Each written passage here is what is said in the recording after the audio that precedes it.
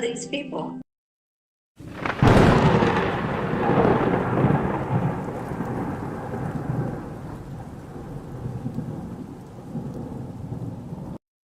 Excuse me. Welcome. Another episode, Angel in the Afternoon. I'm Angel Rivera alongside Alex Knight and I forgot. Hold on, Miss Witchy. Perfect.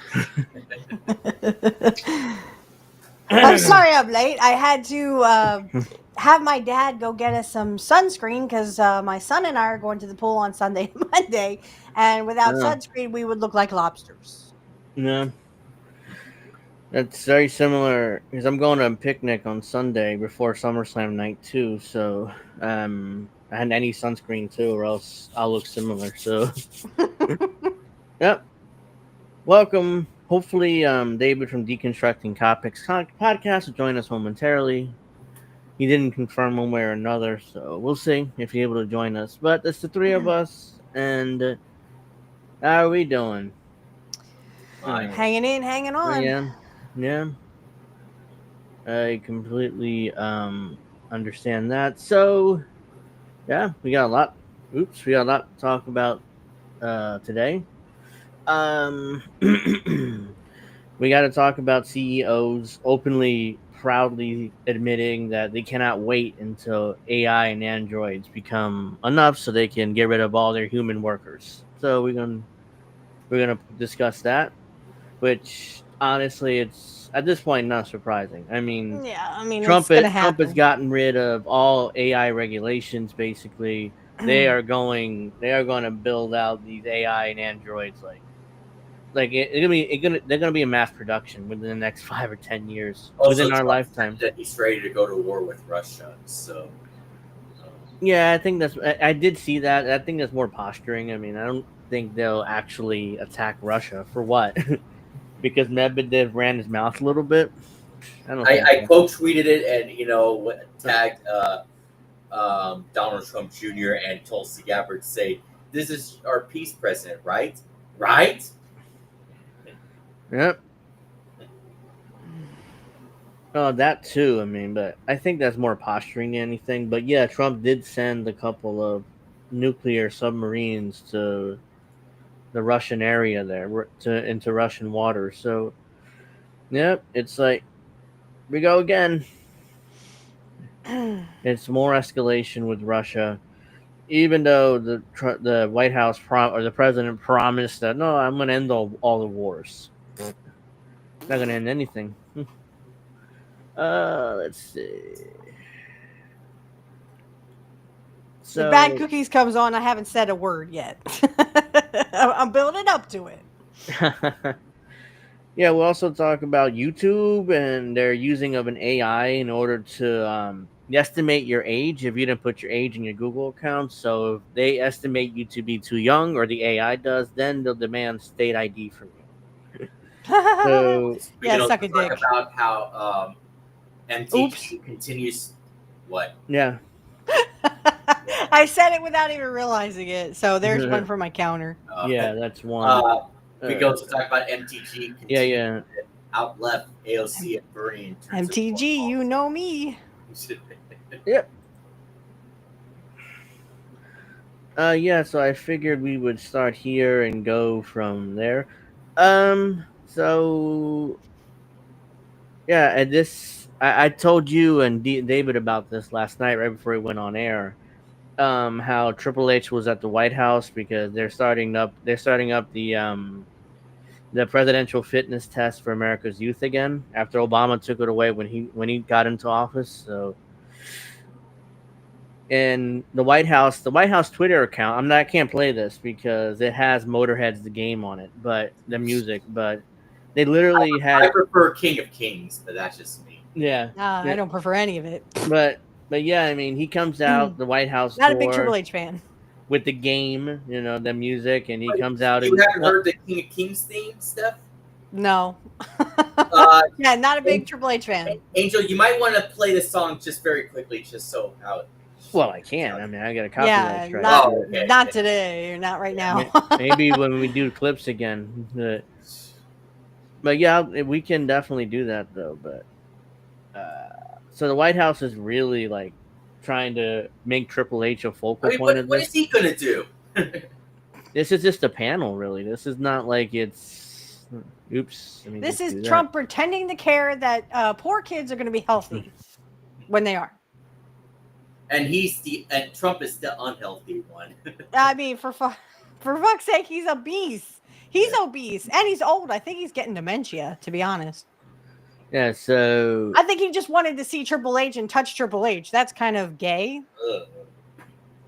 Just saying. So this is the White House presidential fitness test for America.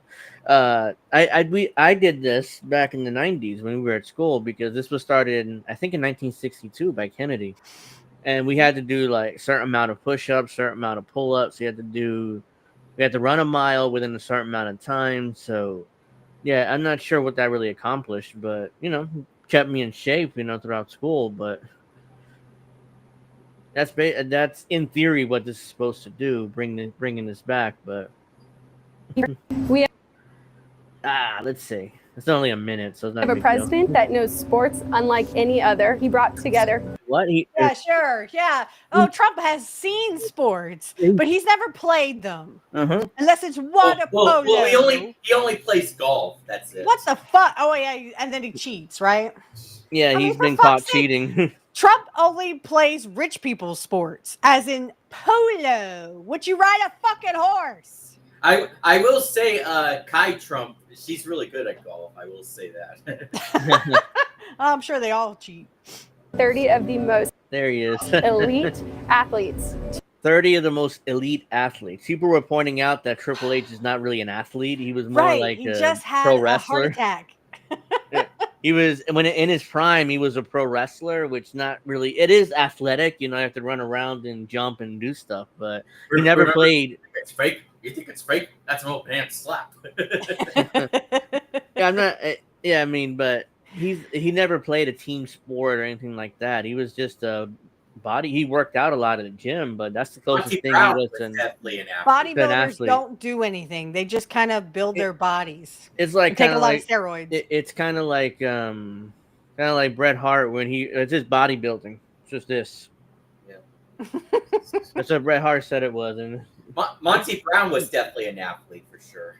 Well, I hate to admit it, but Bill Goldberg was too. An athlete. For Bill Goldberg sake, he was perfect too. at everything. Yeah. Bill Goldberg, unfortunately, was an athlete too. But Triple H, the game, no, not really. I mean, he just spent time at a gym and never played a team sport. But I digress, To bring back the presidential fitness test. We think we have the opportunity to change in the 70-year history of PCSFN the course of where it's going currently. We have some of the greatest athletes behind us from all different sports to headline, envision, and empower the students of our young generation. I've watched sort of the decline of the youth of America and their ability. And what have you watched? Sort of what have you watched, Triple H? What have you done for the youth of America other than give us somewhat shitty storylines? Yeah, I was gonna say he's slowly turning into Vince McMahon in terms of this. And he's sucking up to Linda McMahon because Linda McMahon's trying to take down poor people poor kids going to school. I mean, poor kids, they should just be stupid. That way they make better slaves.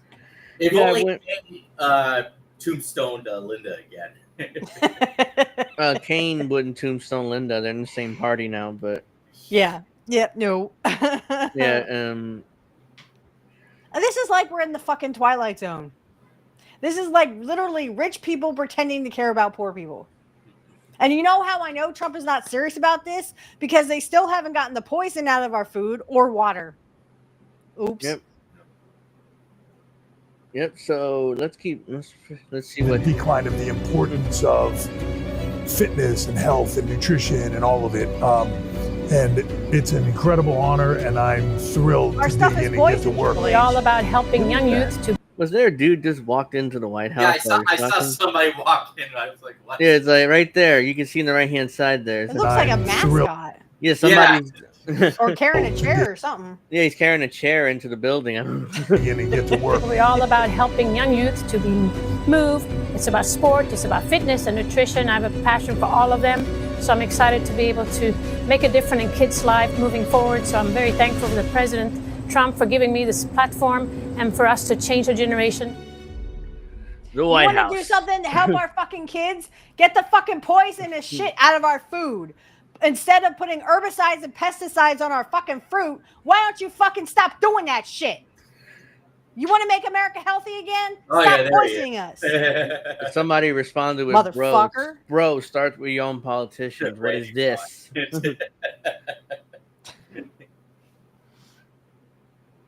So, yeah, this... It's funny, Randy Fine, even Israel is starting to turn on him, or at least parts of it. Zionist politician. Yeah, so somebody shared, where is it? I just had it here. This is pretty funny. Somebody edited Triple H's speech from Degeneration X in '97 to this. Oh, God. I thought I could play it because, you know, the music is just his voice, but from '97. We will only use the words ass, damn, hell, and bitch. We will never, however, use the words shit, fuck, goddamn, Jesus Christ, faggot, or any other racial or sexual slurs. Talking to a sexual pedophile. You're right. Talking to a fucking pedophile, right. We will never use... I mean, you can't make this shit up. I don't even know what to say at this point. It's just it's like a parody onto itself. They want to make our youth bodybuilders again somehow, but yet they still want to poison the poor kids and make them stupid so they can become slaves, and then eventually they'll just kill us all. Oops. Yeah, this is the one I was talking about here, where try that again, sorry. So this is literally, it's the game playing by Motorhead. You know, he's doing his entrance basically again. Ugh. And it's shared by the White House, by the way. It's not shared by Trump himself. The White House put this out like this is... Oh, I'm going to come on myself. What the fuck? Look at Hunter. Look at him. He just smiled there like, I got to do my entrance again. I got to do my entrance again. Look at that. That's what it looks like. Cut, that's not how you do it. I got to do my entrance again. So, yeah, that's the game. I don't know if you saw the post from the GOP account. They were saying something like woke is dead or whatever they said. Woke was never alive. Yeah, I saw that claim, but it's like, no, the wokeness was not really a thing. They're continuing to woke. Yeah. I mean, in the best sense of the word. Yeah, because, like, my dad was watching Gutfeld, and no, it was The Five, I think. And they had, of all people, they had fucking Pierce Morgan on. Pierce Morgan is on The Five now. What the fuck? Yeah. Isn't he supposed to be some kind of big-ass Democrat who sucks dick? Oh, sorry, that's 3. Yeah. But no, like they're sitting there talking about how, James Carville and blah blah blah. I was like, and not one of you brought up the Epstein list. Not one of them brought up the Epstein list. So I'll do one more clip and then we'll move on. Even though Trump did touch Triple H, kind of like, it was kind of like gayish. And oh wow, look how strong he is. You know, like one of those. Yeah, Trump is totally gay. Mm-hmm. It reminds me of how Biden and Netanyahu would touch each other. Ew. There's a whole lot of gayness going on. So this is Triple H going on Laura Ingram's show on Fox to discuss this presidential thing. Where's Stephanie McMahon? She's at home baking bread. She's congratulated Triple H on joining this thing, so on Twitter at least. So she's not really involved. Who's buying the store then? Who's buying the store? A country. This is when Kennedy started the program back in '62, but this is as strong really as its citizens. And I think that mental and physical health, mental and physical vigor go hand in hand. Yeah, but he meant I hope that we will not find a day in the United States. Yeah, this is what, 70 years? Yeah, he meant it. Yeah, he meant it. Mm-hmm. Trump is not serious about it. Yeah, so Obama ended the program in 2009 or 10, and then now Trump brought it back today, even though he had an entire first term to bring him back, and he didn't. Exactly. But now all of a sudden he's doing it, so I don't know what the motivation is. Distract from Epstein. Distract from the Epstein files and pretend like you care about the polls. Just like Tulsi Gabbard did with the Obama Russiagate thing. Pretend that you care about the poor. And I didn't even care enough to read all that. It was like we're going to make you healthy again there, youth, while we simultaneously cut all your school budgets so that you literally can't go to school and you're stupid and literally become our slaves. And that way the youth not only become slaves, but they also become sex slaves to the pedophiles. Hello? Mm-hmm. God, they want your kids so they can rape them. That all is of us the are only spectators except for a few who are out on the field. I hope all Americans will be on the field. Back in 1962, when JFK spearheaded that national movement to get our kids in shape, because he actually cared in a lot better shape than they are now. He created the physical fitness test. Now, I remember doing it as a kid. You had to run a mile. You suck a dick, Laura Ingraham. Nobody cares about your fucking childhood. Playing water polo. I was gonna say, where's the chat? Where are they? Oh, they're coming. Well, I see people are here. They're trickling in. Hopefully soon. If you haven't, make sure you like and subscribe and hit that bell notifications. Stuff like that. I mean, this is sickening. She's like, she actually wants us to believe that she actually played sports. Water polo is not a sport, bitch. You got to ride a horse. Pull-ups, sit-ups, a couple of other exercises. Yeah. But President Obama, who's Mr. Fitness himself, retired that test and replaced it with the Presidential Youth Fitness Program that moved away from recognizing athletic performance as a barometer of students' health. Well, of course, start practicing those pull-ups because the fitness test under Trump is coming back. He signed an executive order late today reestablishing it in schools. Yeah, it's a threat. I was always a person that loved playing sports. I was good at sports. You never played sports? When you were really focused on sports, you thought about nothing else. Sports is so important. I think what this council is doing is going to be very important. And it gives you a little exercise, sometimes a lot of exercise. A lot of exercise. Here with me is a member of the President's Council on Sports, Fitness, and Nutrition. He spoke today, Paul Levesque, but you know him as the 14-time world champ, Triple H. He's also the WWE's chief content officer. Paul, thank you so much for joining us tonight. I love Or Booker or head of creative. Who's booking the store now? Hello. seeing you all up there today. It was a wonderful moment. Tell us about this executive pause for order. a minute. I'm going to go throw up now. Paul Hunter, when they were asking, I'm not going to go through all of this, but when they were asking Trump about Epstein, Hunter was like awkwardly saying, "Oh shit." Like he's kind of awkward. He wants to get out of that room, but he can't. You think maybe Triple H might be on it? I don't know about that. Why does this statement about fitness and our kids matter so much more today than before? Because they want to make kids fit again. So I'm sorry, imperative to the health of the nation. They want to make your kid fit again so they are easier to look at so that they can rape them. Hello, people. Wake the fuck up. Trump is a fucking pedophile. He doesn't give a fuck about your kid other than he wants to fucking rape them. So Stone Cold needs to run over Triple H in the parking lot. As the other way around, right? Yeah. Triple H says a whole bunch of nothing here, but I just want to see. I want to remember exactly what he said as I kind of watched it before the show. To get young people back in shape, to get them motivated to exercise, to get them off their phones, to get them off of TV or screens, whatever screen it is. This executive order puts us back into a place where we can motivate kids. You can tell Triple H like in his mid-50s now. Like you got to get the kids off the phones, So you can tell like in his mid-50s. Fellow kids. Influenced by that president's council years ago. I spoke to Secretary Kennedy about it today. We both were a part of that, and it was motivating. My whole life, I have spent being in shape and the right nutrition and training. You're a bodybuilder. And that kind of activity teaches you everything you need to know about how to be successful in life. So it not only affects kids and their fitness, it affects their wellness, their mental health, how they approach life in general. Yeah, and I feel like this is such an important moment in time, and I'm humbled and honored to be a part of it.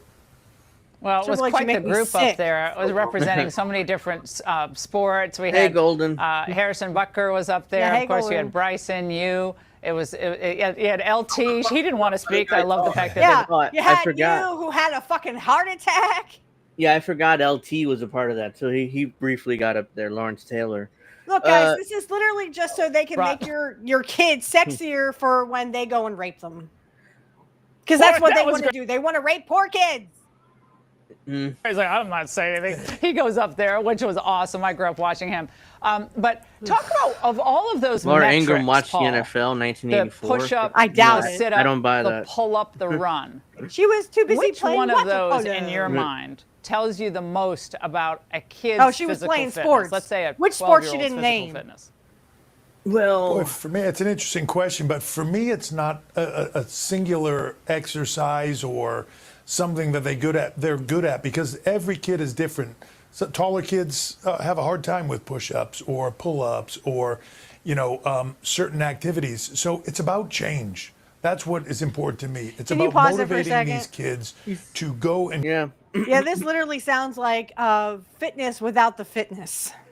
That's what they won't name what. Well, every kid is different. Okay, so what exercises will fit certain kids? They don't name that. She doesn't name what sports she was in.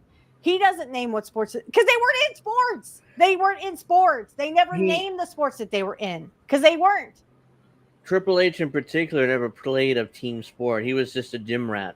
He managed a gym, and so he got the WCW, and that's when Angel, at some point we should show Steph the clip. It was either in 2001 or 2002 with Triple H running Tough Enough, showing the competitors. Yeah, we can do that on our clip show, Pro Wrestling Talk. Yeah, but yeah, that was a pretty good one. I think that's probably copyrighted. Yeah, we will. Oh, yeah. Not today. Yeah, I'm not going to. Yeah, isn't that funny that someone who literally played no sports in their lifetime literally is sitting here telling your youth that they need to buck up and exercise? The President of the United States didn't play a sport. Triple H wasn't a sports guy. There's some athletes here, like the golfer and there's a tennis player, but for the most part, this panel is full of guys that are girls that aren't really athletes. So that's interesting that Trump did that. That panel, only few athletes. The rest of them are just bodybuilders or pro wrestlers or just loudmouths. Try something to get physically involved to improve themselves. One thing about the gym and physical fitness is you get out of it what you put into it. And they will learn that in this process, that by being motivated to where we get them with what the rewards are for their participation in this and their success at it. So whether they start out being able to do one push-up or no push-ups, and they get to a place where they can do 10, that's an incredible achievement for a young person that they feel good about and want to continue their fitness journey. That, to me, is what's important. Suck a dick. It's not the individual exercise. It's about the effort and the attempt to do it. And whether that's sports or whether that's just doing it on your own and being active and working out, to me, that is the driver of this. It's just make these kids fit and healthy and happy and get them on with their lives. Yeah, Paul, I like what you said about get away from the screens. We're going to con the poor disappearing into their... No. Hunter says nothing, and Laura Ingraham sucks up to him because now he's a part of the administration, technically. As Jim Ross would say, damn you, Triple H. Damn you.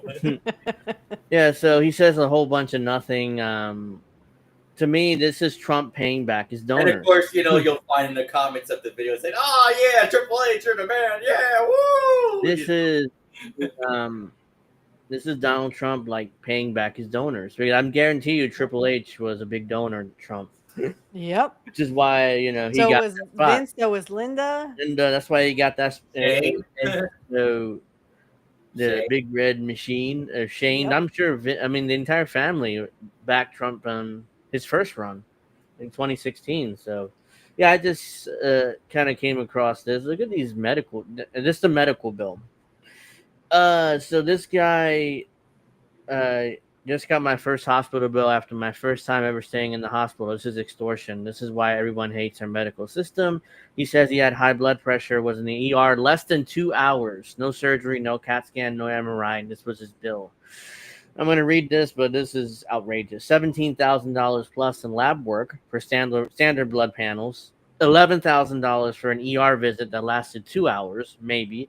$800 each for physical therapy and occupational therapy visits, where the therapist just walked in, looked at me, and you're fine, and left. $4,400 for a blood culture, and much more. The full bill is shown in the individual items. Total $41,297. I already paid out my full out-of-pocket max $4,400, and this bill was still over $40,000. Like, this is insane. This is extortion every single way. I don't know how people do this. This is my first time, and I'm shook. It's actually a video here. Let me see. I'm an elder millennial who just got my first hospital bill after my first time ever staying in the hospital. This is extortion. This is why everyone hates our medical system. $41,000. So to be fair, it does say there, you're not being asked to pay the itemized amounts listed above. The amount you owe after all the insurance payment and the adjustments will be in your hospital bill. So this is like the bill in general. So apparently his subtotal is $442, but but the total bill for the insurance paid like 99% of it or something like that. But still, I mean, the bill itself is still outrageous, though. Yeah. So I was in the hospital for less than 24 hours for high blood pressure. I had no surgery, no CAT scan, no MRI, nothing of that nature. Oh, that would have been over $100,000. My bill is absolutely ridiculous. The labs and chemistry, Oops, I just stopped that. $10,000. So a lipid panel, $699. Tropian quaints, whatever that is, it's $369. Whatever that says, that's $699. Drug SCRN, whatever that is $1,000. Hemoglobin A1C is that test is $833. I get that test done at the clinic because I'm diabetic, so that's like $20. That's like $10. Like, I don't know how much it exactly because I have this issue when I was in the hospital 2 years ago. Yeah, comp metabolic panel $669. THS $2,927. Phosphorus VLD, whatever that is, $529, and magnesium VILD is $463. Subtotal $10,366. My God, and that's just for the blood work. Like, that's outrageous. Like, these hospitals know either the insurance companies will pay or the government will pay in the back end. So it's like, that's why they charge these exorbitant amount of money. Notice how it says room and care, $0. Room and care. Oh, does it say it there in the bill? Yeah, it says room and care, $0. Yeah, on top. Yeah, I missed that. But everything else is like $2,000 to $3,000. Should AI industry leaders such as NVIDIA be touched to the same degree as Planeteer? Yes. Will it? No, unless the CEO does something extremely stupid and that catches public attention. Yeah. I mean, we'll get to the AI parts later in the show, but yeah, the AI is just completely like about to dominate our lives sooner rather than later. And this is what I'm talking about. This is what I'm saying. If Trump really talks and really cares about health, and RFK Jr. really cares about health, then why is there still poison in our food? Why is there still not clean water in Flint, Michigan, and everywhere? There's still fluoride in our fucking water. When is that going to be taken care of, guys? If you want me to take you seriously about health problems and the health issues in America, then fucking do something about the poison in our food and the poison in our water. Start with that first, and then I'll start taking you seriously about this youth fitness. But you just want to get our kids better looking so that the rich fucking people, can fucking rape them. Well, try it, motherfuckers, because you touch my kid, and I will make Satan look like a fucking angel. No offense, Angel. To be fair, Kennedy claimed... You'll make Satan look like Angel? No, I'll make Satan look like an angel. I know. Yeah, Kennedy. To be fair, Kennedy claims that he's gonna put out an order to get rid of fluoride in our waters, but and I will say, I'm not buying that. Jimmy Dore would stop praising Kennedy already. It's enough's enough. What has Kennedy done? What? What is he taking out of our food and water? He's put a panel together to check out our vaccines. We put a panel together. It's so good at participation trophy. Yeah, and he claims that he's going to get rid of fluoride in our waters in one of his orders, but he hasn't done it yet. So that pigs will fly. Tick tock, TikTok. TikTok. Oh, no, $2,000. for a second. Yeah, go ahead. As Eric Bischoff would say, 3 minutes. Well, there's more here. There's some... $12,000. So, a chest X-ray, $1,714 for an X-ray. Those things shouldn't cost more than a few $100, at least. Evaluation, physical therapy, $800.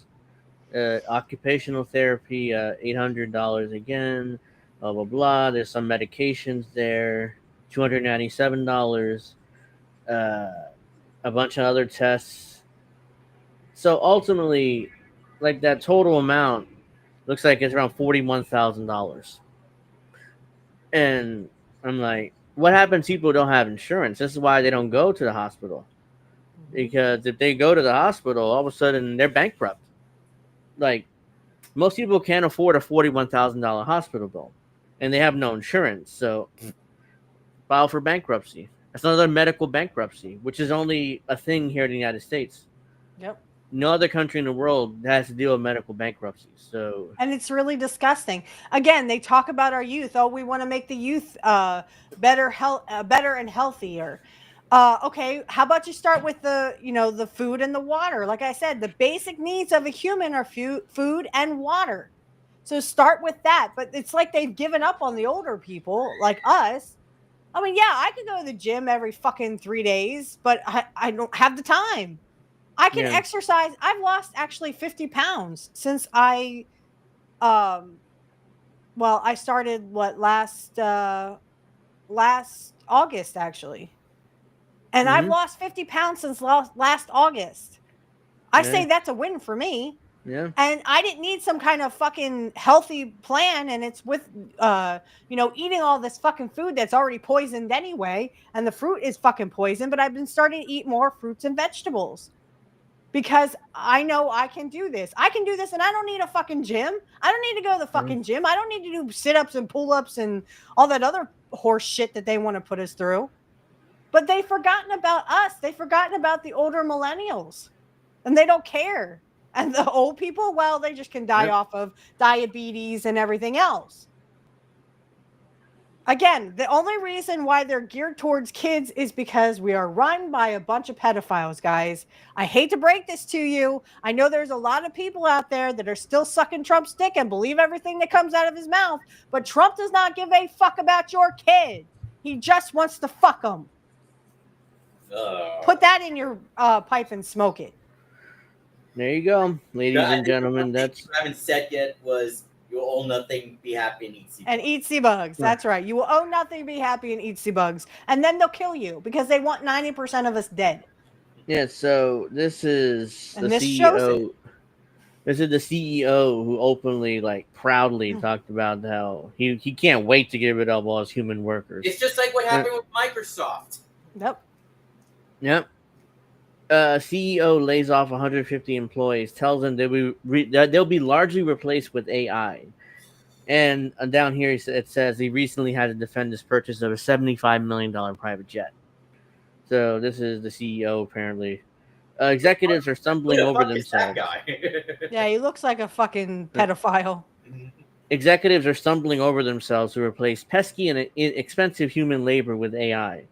In the latest instance, the billionaire co-founder and CEO of software giant Atlassian, Mike Hannon Brooks, announced that 150 people will be laid off, with some jobs being replaced by AI tech. According to the Sydney Morning Herald, the cuts affect customer service roles exposed to AI. Cannon Brooks made the announcement over a video call from home. Affected staffers are expected to be paid for the next 6 months, softening the blow a little. Softening the blow. Oh, my. I mean, these people don't care if you're homeless, guys. They don't care. When are you guys going to wake up and realize they don't care? They don't care if you live in a little cardboard box on the The problem is they don't care. Those people don't care at all. Because they're too busy sucking the dick of the CEO. Yep. Who's diddling their kids. So that's 6 months. 6 months severance, but still, those 6 months going to run out quickly, and the job market's being destroyed by AI. I mean, there's already, there's Microsoft, there's all these companies that are Amazon. Hell, I guarantee you, Amazon, as soon as they can, they will start using androids and machines and AI to expedite orders. Like I said before, the only thing I find AI useful right now is in like with the phones, like how they do with the software. Like if you want to, enhance the photos or the audio. Yeah, that's maybe useful, but I don't really use it on my phone because I don't use it much, but it's still useful. It has helpful features. But I'm saying that's yeah. I was telling someone on the internet or on X the other day that I only use it for catchy descriptions and catchy titles for my shows. But I actually saw a post on X where a woman was using it to help raise her child. Okay, why don't you just admit you're a bad fucking parent? You suck as a parent. You never should have had the child in the first place. If you need AI to help you raise a child, you have something mentally wrong with you. You suck as a parent. Give that child up so they have a better future. There's some people that are using AI as a therapist, which is another thing I wanted to bring up. I think somebody showed us this where a guy fell in love with his AI. Yeah, it wasn't me, but I did see that. But I saw. What the fuck? Because they don't want us breeding. They want us sterile. They do not want poor people breeding. They want you to fall in love with AI. So guess what? Hey, you won't breed if you do. I'm surprised they aren't making us sterile. Actually, the COVID shot was that. We are so fucked. Yeah, we are so fucked. Yeah, that's why I'm totally against AI. They're doing this right in front of your fucking faces, and all you guys just go, "Well, I love Trump."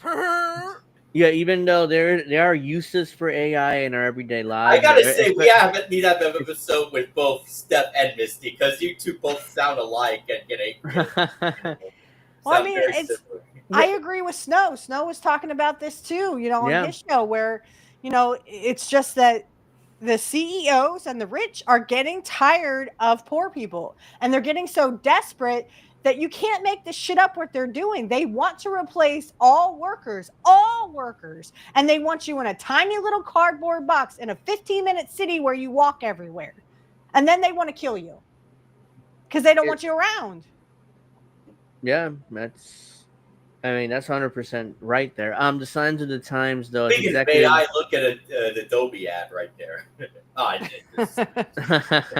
I mean, Chris, that is that AI. There are uses for AI. I'm not saying there isn't. I'm just saying the overall. AI HTML, CSS coding. The overall picture. If you see the forest from the trees, the whole forest, AI is not worth it, because I guarantee you the government is gonna. It's like Terminator again. When you turn on Skynet, you're fucked. They're gonna. We'll have self-driving cars and whatnot. Yeah. So see, Chris. Sorry. See, Chris, I know you said I was correct. I cheated. I went to school for computers. So when back in my computer course, when I actually went to my tech school to learn computers, they actually taught us HTML. So that was part of one of the languages that they taught. Now I know SQL because my one job, we just touched the basics of SQL. So I actually learned SQL on the job. But I mean, there's classes you can take for HTML, I can't even say HTML, and I mean, I remember back in the day, everyone used to take JavaScripting, and now JavaScripting is a thing of the past. So, there's C++, and there's all kinds of new stuff you can do. HTML is kind of old school, if I say, because when I went to school, XP was prominent. So. I mean, and now that's old, man. Everything I learned about, Windows 7, Windows 10, Windows 11, I learned on the job because I'm actually a computer technician, in real life. Yeah. I don't just yell about politics for every Friday night at 7 o'clock Eastern time. Yeah, we all have stuff outside of this space, we work. But yes, I agree that AI could be a good fundamental, like if I wanted to learn some computer science stuff that I don't know, but I mean, I tear computers apart for a living. So, but I have to say this, I was geeking out yesterday with my son. I said, wait till you have to learn binary math. And my son goes, what's that? I went, you'll see. I totally love binary math, kind of like I was geeking out on like algebra and stuff. But anyway, I digress. But thank you, Chris. Yes. Yeah. It's a sign of the times. Executives are looking to automate vast swaths of the job market with help of AI. The tech industry in particular has been rocked by mass layoffs, Microsoft, for years now, as the companies double down on multi-billion-dollar investments in AI data center build-outs and poaching high-profile talent from their competitors. Here's the thing also what they're doing. I discussed this on the show 6 months ago. They're buying up entire neighborhoods at 3 times the value of your home in order to destroy all the homes and build massive AI data centers. They're buying because up you will be entire living in a neighborhoods. 15-minute city in a little shack or a little cardboard box. They don't care if you're homeless. So they're giving homeowners 3 or 4 times what your home is worth in order for you to take it and move out of the neighborhood. And if you refuse to move out, what do? They use eminent domain and kick you out of your house for nothing. So you take the money usually, you know. And all those cities in the other world, like the cities in China or like Dubai, for example, you look at how they're clean they are and all that stuff. They continue to make us look so stupid, you know, the U.S. as a whole. China is like they're like miles ahead of what we're doing right now. They're bullet trains. They're just everything, you know. I mean, yes, there's negatives, but at the same time, you know, they're technically so ahead of us that it's like we're stuck still in the 19th century. Most of our infrastructure from the 1950s. That we're still to this day. There's no infrastructure. They still won't upgrade it. Yeah. They won't upgrade it because again, the rich don't want to upgrade it. They want poor people to die. They want poor people to be dependent on them, so that then they can use all that stuff. They can use the bullet trains. They can use all this high tech shit. Yeah. Really, all they really need. We'd rather not do that. Instead, we'd rather use AI. You know. It's just... Well, I mean, but they have like helicopters. They have private jets. Yeah. You know, poor people won't because we'll all be dead. Most of us, about 90% of us. So, because there'll be about 10% of us that need to handle the AI, right? So we'll be shown how to repair the AI, basically. There needs to be a workforce to, you know, fix the androids and AI. I guess iRobot might be true after all in the future. Yeah, I mean, I hate to say it, but yeah. Except Will Smith's not going to be there to kick all the robots' ass. So. But I digress. No, he'll be slapping Chris Rock for no fucking reason. Yeah. So the news comes after OpenAI CEO Sam Altman warned that entire job categories, including customer support roles that took a hit at Atlassian, could soon be wiped out by AI. So in the future, customer service will not be done by people from India. They'll be done by AI. So when you call customer service, it'll be an AI you're talking to. Calling the digger, how can I help you? Yeah, it won't be people from India anymore. It will be AI most likely. Now you can call one of these things and an AI answers, Altman told the Federal Reserve Vice Chair for Supervision, Michelle Bowman, during a recent appearance. See, that doesn't work because if I could just use my... Go ahead. Oh, wait. Michelle, am I thinking of Michelle Bachmann or? No, that's Bowman. Michelle Bowman. She's the Federal Reserve. The politician, Michelle Bachmann. Michelle Bachmann, yeah, she was a politician, yeah. Yeah, the one that said, our founding fathers worked tirelessly till slavery was no more. Yeah. Just kind of glossed over the Civil War. But if I could say really quickly, that doesn't work, though, because honestly... And I'm not saying that, you know, we shouldn't have help desk in Dubai or in India. What I'm saying is that doesn't work because my coworker on yesterday was Thursday. Okay. He had he had Googled something about a gaming PC that had gone to France and had been opened before in France, we think. And they put certain things in different places that shouldn't have been there. You know what I'm saying? Yeah. So he looked up on AI and AI said, sorry, we can't help you with that. Well, then he did that Wednesday, and then he did it Thursday, and it said, oh, here's a step process you can follow to do this, this, and this. So I'm like, wait, so which is it? There's no plan for it, or there is? That's the thing. The AI learned. It does self-learning. So it's like yesterday is like, oh yeah, I had no information on that. Okay, let me learn how to do this so I can tell them the next day. A couple of things I want to mention. One, you know, I will say the other thing that AI is, you know, kind of useful is like if you go to Google, like you want to do a comparison, you could go to AI, you know, and they'll do a really good job of comparing the stuff you want to. Yeah, AI, it learns like in a snap of a finger. But also the other thing is, you, Steph, you mentioned that the gaming PC or whatever you said. Angel, you should mention that message again that you've been saying lately. So with your PC. Oh yeah. Mention your donation for a new computer. Yeah, I mean, if anyways, hell, if you give me the money, I can build it for him. Yeah, I mean, that's what I do. My Google Chromebook I've been streaming with for the last 4 or 5 years. Actually, I've been streaming a couple of years now. It finally went kaput, broke down. So, yeah, I've been trying to raise money for a new PC, or laptop. You got, and my links are down there. You know, we can donate. If you can donate, I thank you very much. I've gotten a few. I raised like $40-$50 so far, but anything else you guys can donate, I will greatly appreciate it. I will mention the on computer the show. he wants is probably a couple thou guys. But yeah, hey, if you can donate, please do so because we need to help our man out. You know, when I make it big, hopefully soon, I'll buy him a whole new computer. Like, I'll get you an all-in-one. I have an all-in-one. I love this thing. It has 64 gigs of RAM. It has a 4 terabyte hard drive. That's what I can use.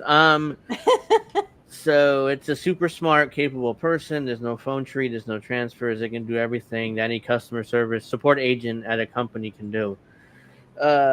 Meanwhile, the other billionaire co-founder, Scott Farquhar, defended the layoffs, telling reporters today that Australia's copyright law should be revised so AI companies had free reign to mine data unobstructed. What does that mean, mine data? Get all information. Have AI get all information and store it for them so they could use it against us later. Or, you know, try to do targeted advertising towards us. You know, if we make a call center staff more productive, people aren't going to call more, and we'll probably need less staff at the call center. That's quoted by the Herald. Some parts of our economy will grow significantly as AI makes them more productive. Some parts of our economy will shrink as we do that.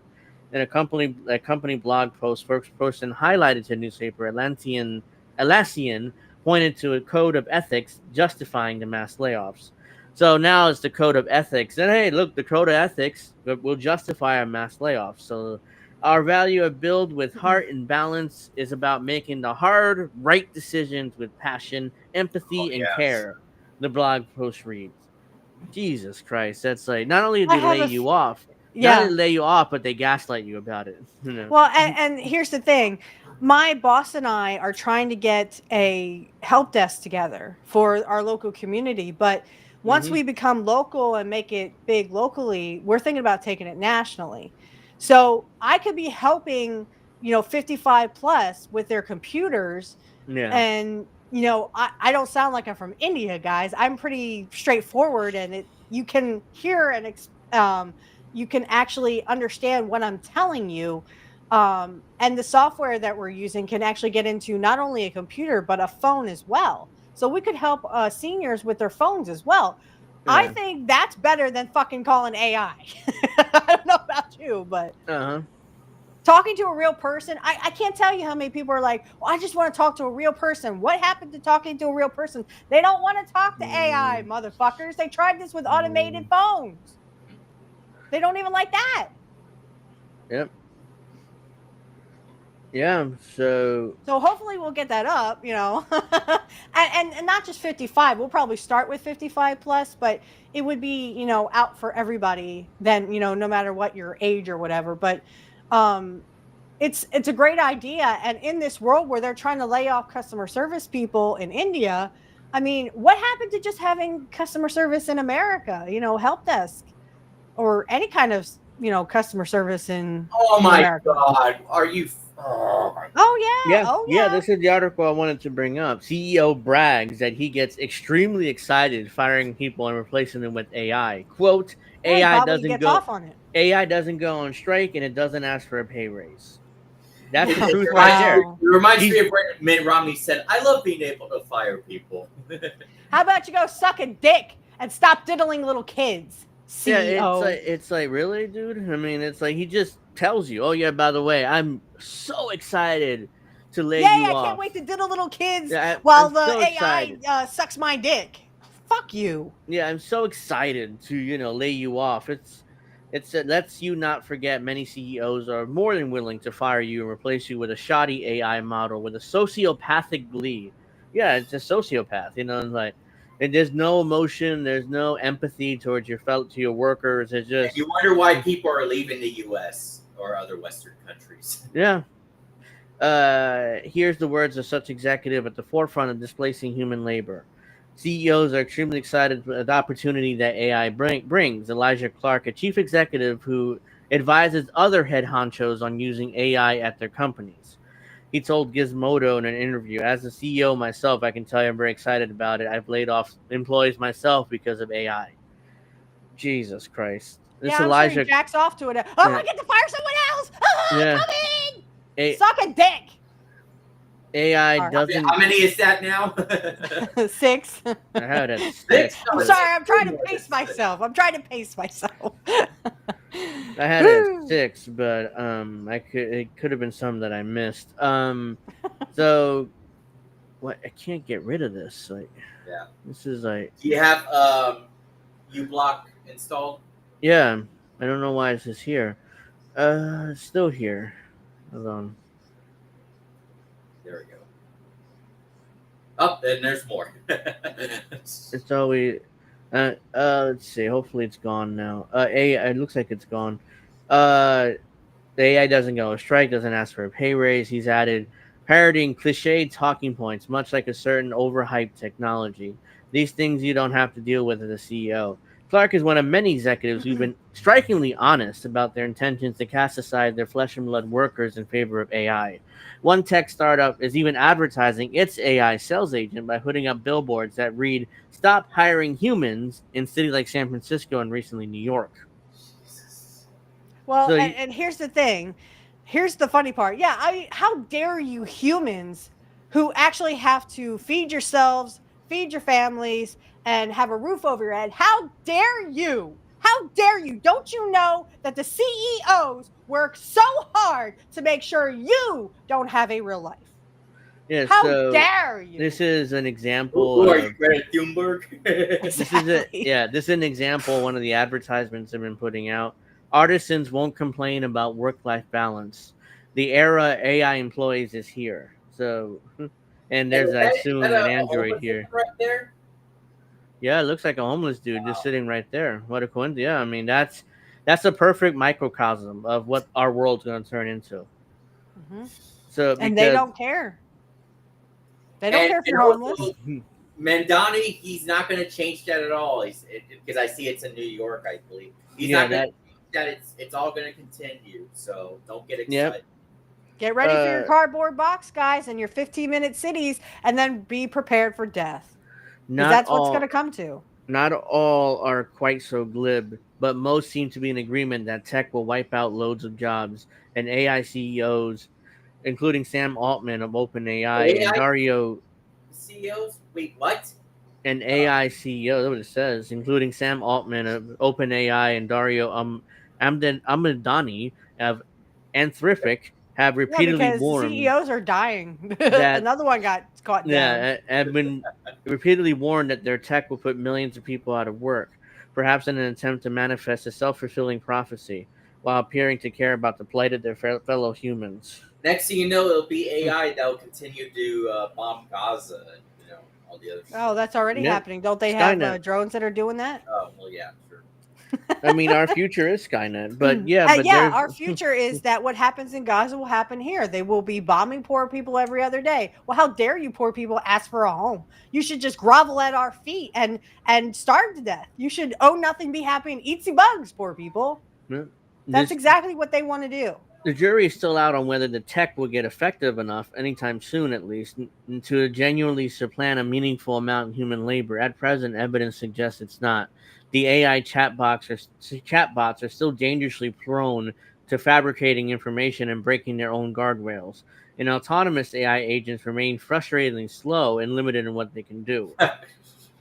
You don't say. Which is true. I think it's Grok and these open AI, they just make shit up. And it's like proven false. So it's like, yeah, it's not perfect now, but give it a few years. It will be. Hey, nobody's perfect except for Mr. Perfect. Yeah. So on the other hand, AI doesn't necessarily need to be that good if it can help automate certain tasks, and bosses can fire some workers and make the ones they have kept on to use the tools more work than they did before, to do more work than they did before, often in the form of half-heartedly checking AI's work for mistakes. This may come to bite AI adopting companies. More on that in a moment. But the bottom line, according to Clark, is efficiency and profitability. Recalling how he fired 27 of the team 30 student workers in a sales department team he was leading at the time, Clark told Gizmodo that the group now gets more done in less than a day, less than an hour that they were taking a week to produce. In the area of efficiency, it makes a lot of sense to get rid of people. Sometimes these plans blow up in executives' faces. Sebastian Semakowski, CEO of the Swedish buy now. All these fucking names. Yeah, Semakowski, the CEO of the Swedish buy now, pay later company Klarna, proudly boasted that their AI can do all the jobs we humans can do. After partnering with OpenAI to replace his customer good. They service can suck team our dicks then too. Mm-hmm. with hundreds of AI agents, he recently changed his tune after customers quickly lost their patience with the rookie bots. Related during this period of AI adaptation, Klarna's first quarter losses doubled from the previous year. Oops. Next thing you know, Triple H is going to introduce some AI program in the WWE. I wouldn't be surprised if they fired all the wrestlers and put AI wrestlers in there. Oops, I shouldn't have given them the idea. Shit, forget what I said. What I said. Yeah. Cost, unfortunately, seems to have been too predominant evaluation factor when organizing this. Semtowski rumorated. What you end up having is lower quality. Reversing course, however, may be difficult, as Klarna has already sacked more than 40% of its entire workforce. Now you got to rehire most of them. So yeah, they're in trouble. As it happens, the same seemingly arbitrary percentage that many companies are planning to reduce their headcount by, according to Peter Muskovich, global future work leader at real estate firm JLL today. Today, 20% of Fortune 500 and 20% of the Fortune 500 in 2025 doesn't make any sense. That sentence has less headcount than they had in 2015. He told Gizmodo. It could have been AI who wrote this article. I mean, these days, who knows? Clark added that a lot of CEOs know they are going to come up in the next 6 months to a year and start laying people off. They're looking for ways to save money in every single company that exists. However sustainable this is, the fact of the matter is it's already happening, and it's pretty sobering. I am hired by CEOs to figure out how to use AI to cut jobs, Clark told Gizmodo. Not in 10 years, but right now. So, and this man's proud of his job. I'd like to see AI do my job. Tear computers apart, put them back together, and tell them what's wrong with it. Again, when AI can do my job, which is literally tear computers apart and phones and stuff, and put them back together and make them work, I guess I'm out of the job then. I just saw that today New York has been flooded with. It's been flooded, and even the subways have been flooded in New York, I believe. Yeah, I saw that. I thought it was yesterday. But is it raining, like thunderstorms and stuff? Chris says a lot of us are probably going to have to go off the grid just to survive. We're going to have to do something. I mean, we got to stand up to these CEOs and these. I mean, AI is going to take over. And when you're in a little cardboard box, you think the rich are going to care if you fucking starve to death? No, they don't care. We got to do something. So we can't just sit around and let these guys take over. So now we get to more AI stories because now Google, get to this. Oops, let's get rid of that. It's from The Verge, even though there's plenty of articles being written about this. Google's using AI age checks to lock down user accounts. Google will soon start applying restrictions to its users. It identifies as, quote, underage, unquote. And I'm saying that because how does the AI know who's underage and who isn't? So... yeah, so they'll ask me for my ID, and I'll tell them to go suck a dick because I don't have to show nothing to prove I am who I am.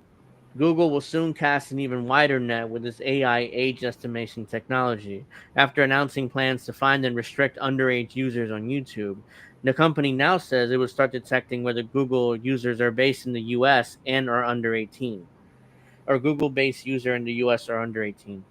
Age estimation is rolling out over the next few weeks and will probably only impact a small set of users to start, even though Google plans on expanding it more widely. The company says it will use the information users search for or the types of YouTube videos they watch to determine their age. Google first announced this initiative in February. So me, for example, I watch a lot of body cam videos, history videos, news videos, obviously, like my INN brothers and other streamers. I watch wrestling clips from yeah, the wrestling 80s clips, and right, 90s. right. Yeah, wrestling clips. I watch history stuff, alternate history. So I want to ask a question that maybe you don't know the answer to. Are they going to do this for YouTube Kids as well? Because my son watches YouTube Kids, and there's some stuff he watches he shouldn't.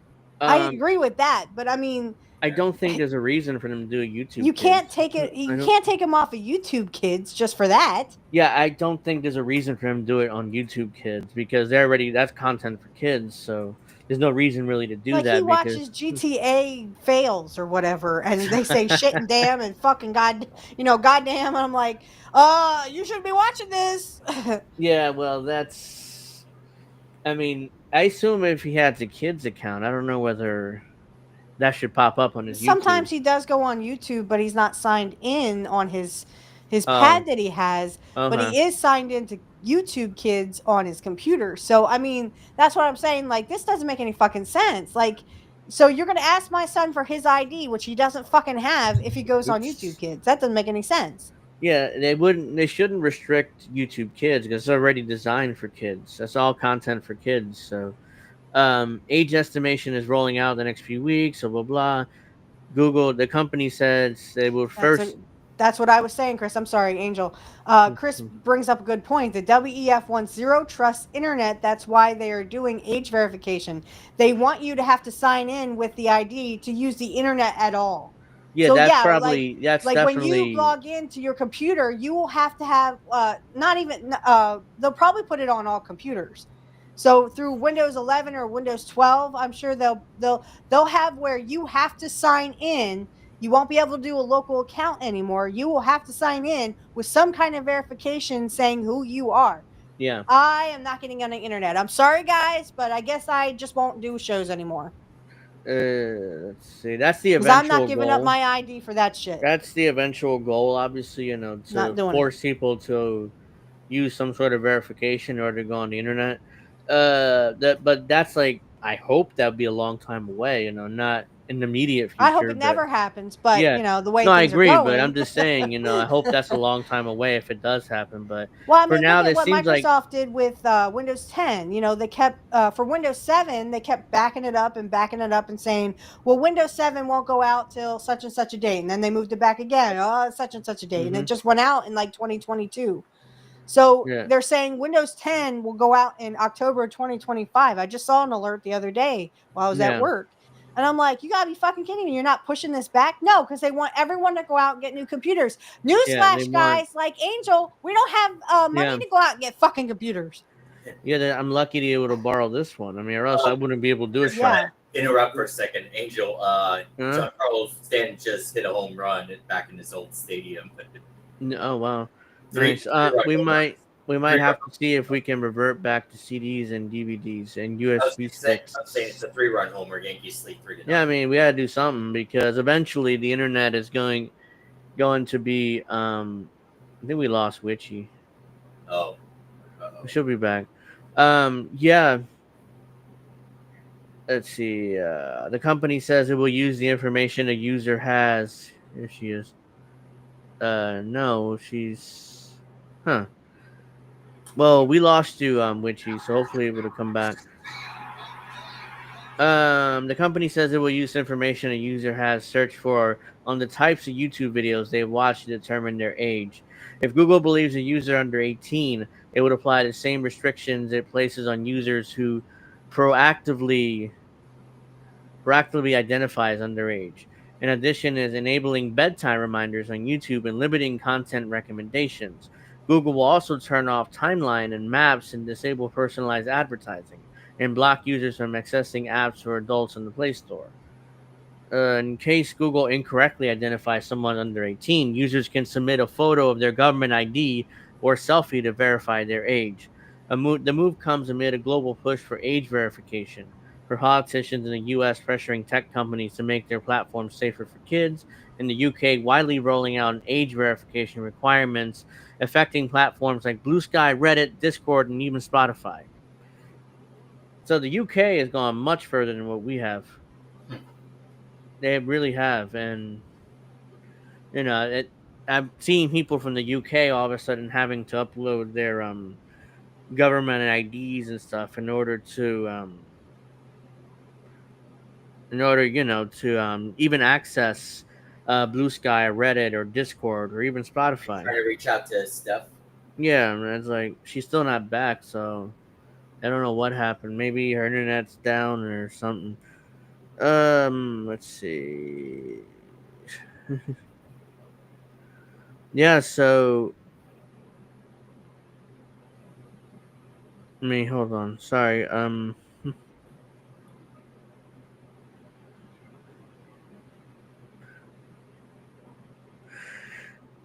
Yeah, so let's get.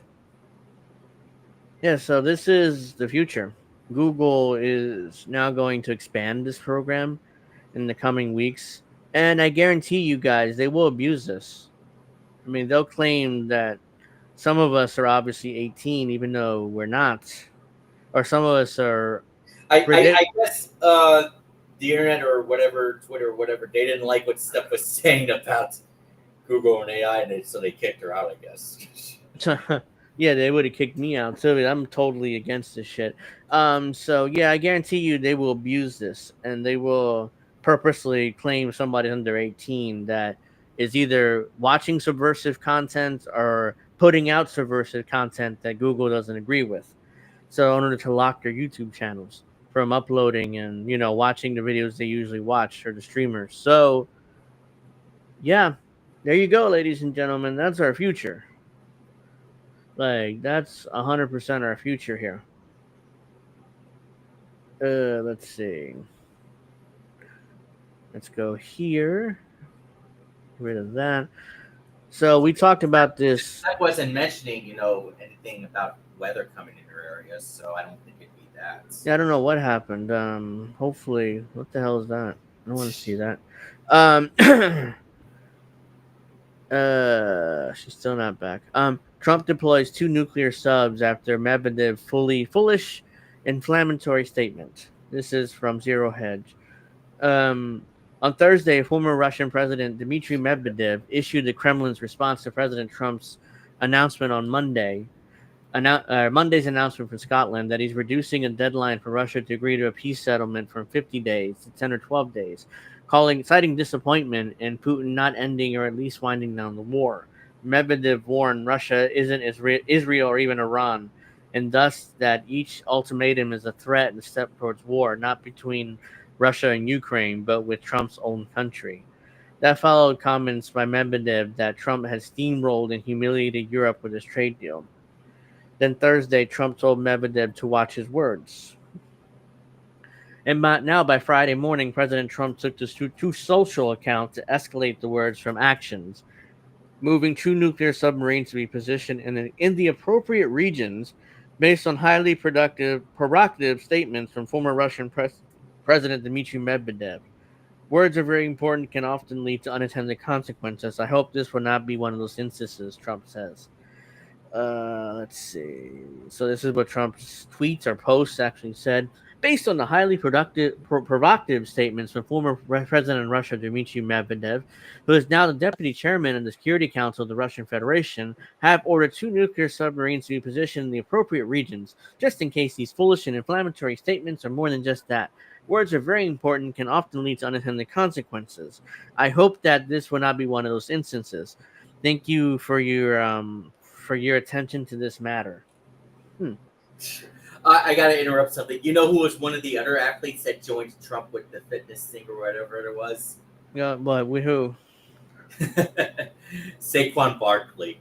Oh wow, I didn't know about that. I mean, he wasn't at the press conference. I don't think that's why I didn't know. I saw the clips of the press conference, and we saw Triple H, and we saw Lawrence Taylor, and we saw a few other athletes there, but not Saquon. So I didn't know he was part of this initiative. As we noted earlier, Trump's position based on his latest remarks is that war should be stopped as a disgrace, and yet the U.S. appears unwilling to strongly pressure Zelensky to make territorial concessions and declare Ukraine will never join NATO. Washington still continues to arm Kyiv. These things will remain red lines for Russia. Just lucky there's no autonomous AI running the show, then we could be in real trouble. Yes, Skynet again. If Skynet was running thing, we would have nuked Russia by now. They would have nuked us, and we wouldn't be here. We anxiously await Medvedev's response, kinetic or otherwise. So, yeah, there you go. Well, I haven't heard from Witchy yet. I don't know why she's gone like that all of a sudden. So Stan's Homer was 116 miles an hour. Here she is. What there happened? You are. What happened? Steph? Steph? You just froze on us, so I'm not sure you can hear us, but we can't hear you. Yeah, you're mute. Still can't hear you.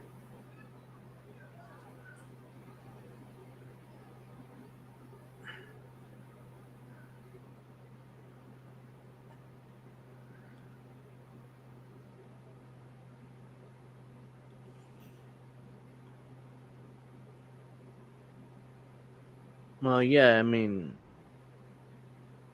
the volume is good here. You're not mute here. U.S. tells UN that Trump wants a deal to end Ukraine war by August 8th. The U.S. has told UN Security Council that President Trump wants a deal to be reached by let's see. Oops, hold on a second. Oh, gee, why is this does that shit? Oh, but now she's back. Yeah, I think Witchy's having technical difficulties here. Yeah, I am, but I'm back now. There we go. Yeah, you're back. Yeah, we were. Yep. Sorry.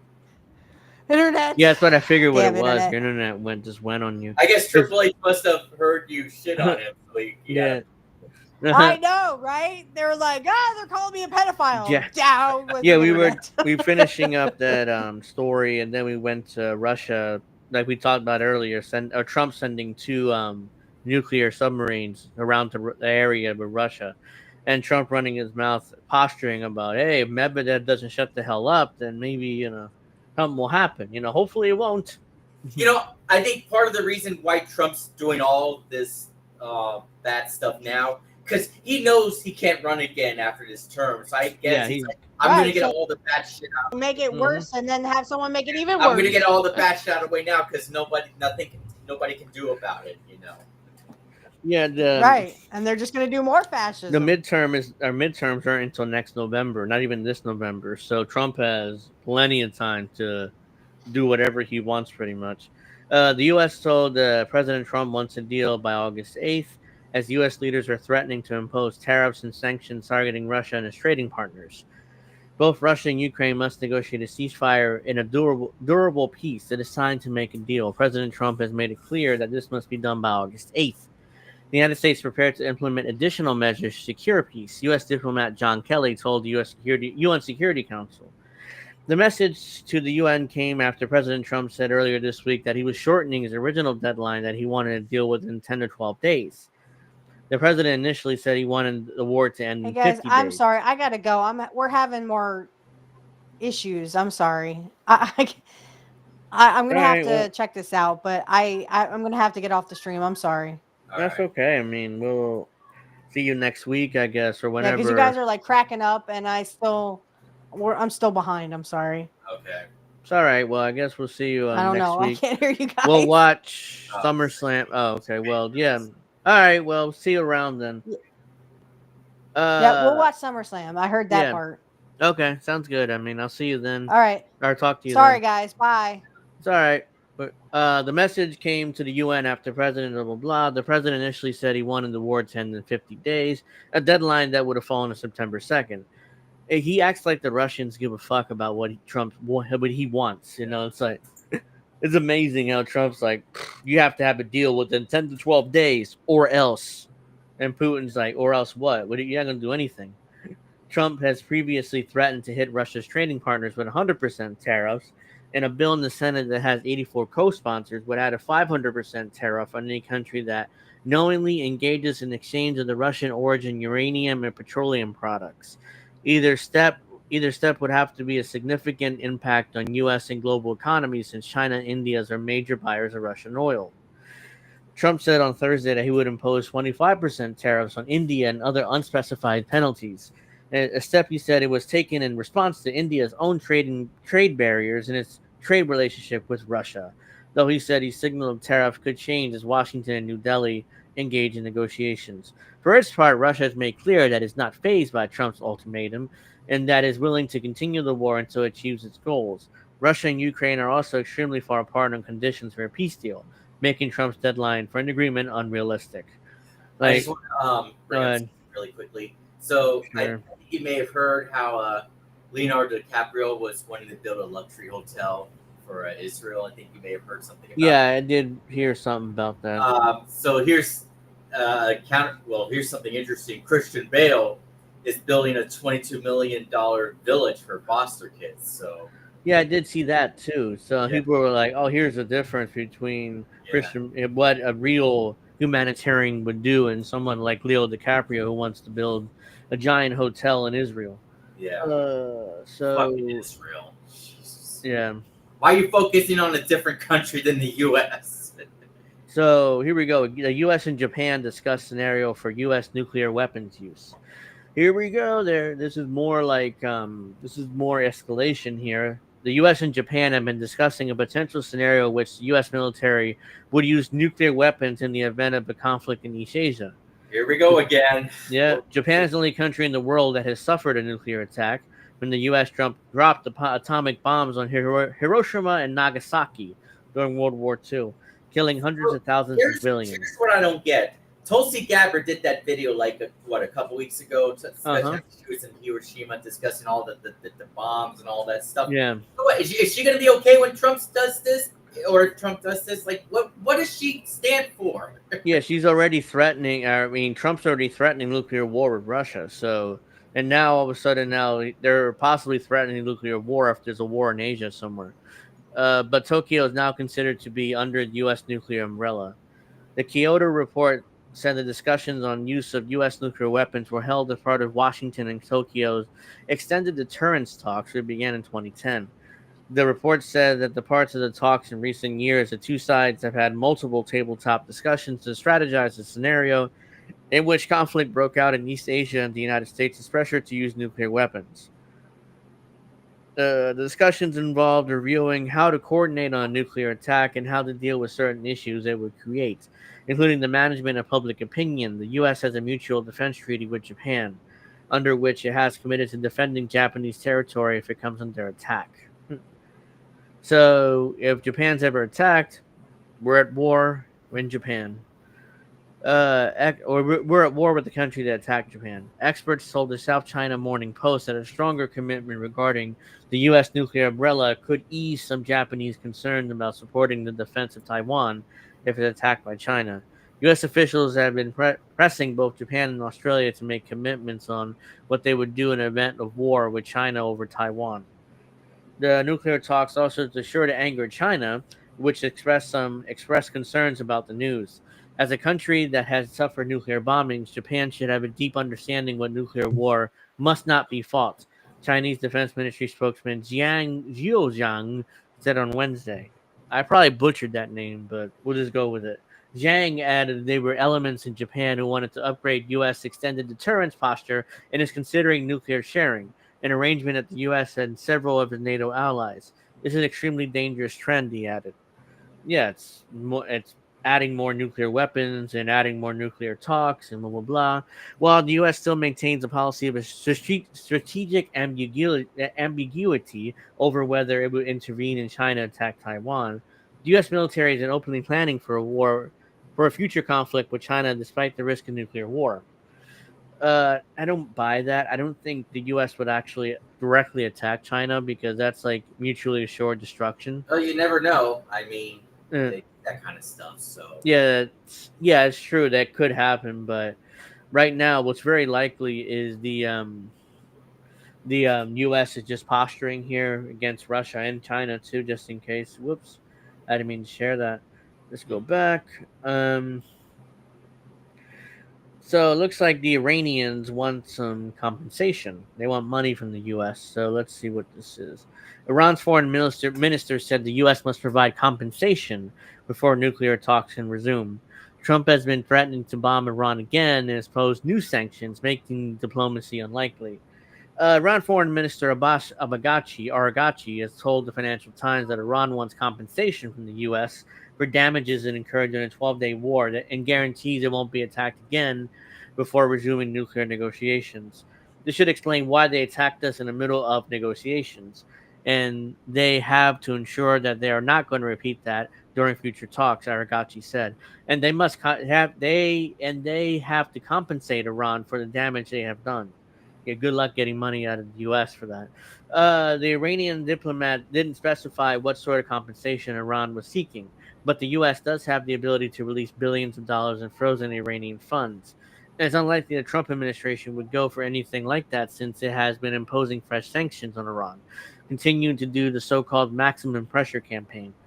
Araghchi said that the anti-negotiation feelings were very high within Iran since Israel launched the war under the cover of previous U.S.-Iran talks. People are telling me, don't waste your time anymore. Don't be cheated by them.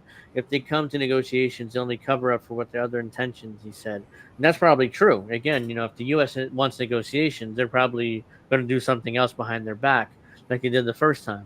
While the U.S. and Iran haven't exchanged talks since the war, Araghchi said that he has exchanged messages with the U.S. Middle East envoy Steve Witkoff. Araghchi said that his message to Witkoff has been that there needs to be a win-win deal and that the U.S. needs to show real confidence-building measures. Good luck with that again. That's not going to happen. The road to negotiation is narrow but not impossible. They need to convince my hierarchy that if we do go for negotiation, the other side is coming with real determination for a win-win deal. The U.S. also showed no signs that it's willing to give Iran assurances that it won't be attacked again, since President Trump has repeatedly threatened to bomb the country again if it restarts its nuclear enrichment program, which didn't have really from the beginning. They were only doing it for the power grid. Araghchi reaffirmed that Tehran won't agree to a deal that doesn't allow it to enrich uranium at low levels. We can negotiate. They can present the argument. We can present our own argument, Araghchi said. But with zero in enrichment, we don't have a thing. Araghchi, period. That's weird. He also reaffirmed that Iran didn't. No. What it was is that it was and put in a quote, and then I guess it was. Okay, I see. Yeah. He also reaffirmed that Iran didn't want a nuclear bomb and would continue to abide by a 2003 fatwa from the Iranian supreme leader that prohibited the production of nuclear weapons. So yeah, there's no negotiations happening. I mean, the Iranians are never going to get money from the U.S. and the U.S. doesn't want negotiations anyways because Trump keeps threatening to bomb Iran, so it's not happening. Let's see. So we have more war atrocities from Israel. This is from yesterday. Israeli forces kill 111 Palestinians in Gaza over 24 hours. Again, I'm surprised more Gazans are being murdered. So, like I said last week, the question is: do you starve to death, or do you go for food and get murdered? And yet Bernie wants to continue saying that Israel has the right to defend itself on October. Yeah, this is beyond. This is not defending itself. Terrorist organization. Shut the fuck up, Bernie. Yeah, this is not defending yourself. This is just a extermination at this point. Gaza's health ministry said on Thursday that Israel's genocidal assault on Gaza took the lives of 111 Palestinians. Another 820 were wounded over the previous 24 hours. The health ministry said that the majority of those killed were 91 were killed by attempting to reach aid. Again, like I just said, either you starve to death or you go try to get some aid, some food, and the IDF will just murder you anyways.